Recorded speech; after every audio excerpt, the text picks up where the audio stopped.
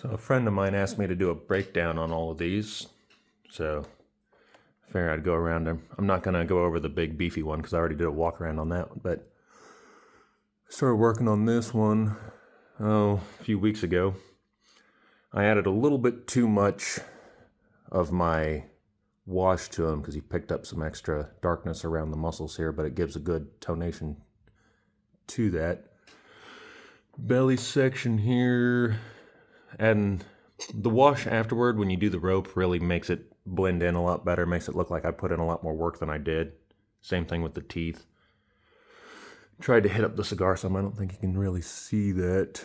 I don't think there's a good angle. You can kind of see that I made it a lit cigar, but it's way more visible on the sniper one over here.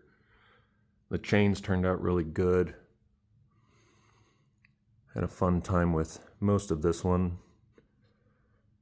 Put them on the head of a... I can't remember what those things are called. I like 40K lore. I don't really play the game, but at the same point, I will challenge Henry Cavill to a match one day with my giant 16 scale version of orcs.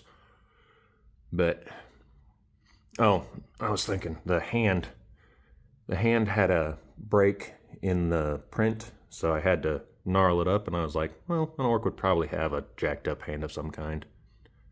Had a lot of fun with this one. The eye was a little bit screwed up, so with the scarring on it, tried to make it look a little goried up.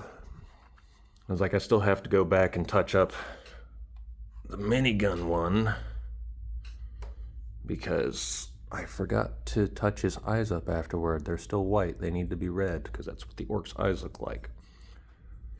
Made the bullets actually painted inside his chain for his minigun. I painted the minigun was originally actually black and silver, and then I mixed up a ruddy brown, like reddish brown, added a lot of water and let it drip down it to give it this whole rust effect. So that turned out fairly well. I was like, this barrel didn't print quite right, and with how much resin it takes, I wasn't doing it again with how I'm making this crazy.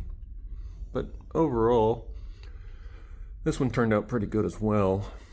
Oh yeah, and where the print was all jacked up in the back, I just glued some supports to it and then goried it up with a little bit of like orc blood, and then to make the boot have blood like it kicked somebody over or something, I literally just took the boot and some red paint just went blop. So for the effect it was going for, it actually did pretty well. Enjoyed that quite a bit. That was the first one, because as you can tell too, I did the camo paint style on his outfit. And then this is still probably my favorite, and this one was kind of weird funny thing about the 40K universe is orcs think that purple makes you be invisible, so I just added a little bit of purple. I regret now not painting the entire ghillie suit, just hues of different purples, because that would have been hilarious, but it would have only been a joke that the 40K nerds would have got. So at this point, he just looks like a awesome orc. It's like I still got to work on my lens painting to make that look more like an actual lens. Don't really know what I'm doing there, is to give it the color, to give it that shine. I need to add like a little white crescent to it, probably, more or less, and that might give it more of a lens look to it. I'm not entirely sure. All of my painting stuff has just been me figuring out stuff on YouTube, because I gave him the same camo touch on his pants, all ghillied up.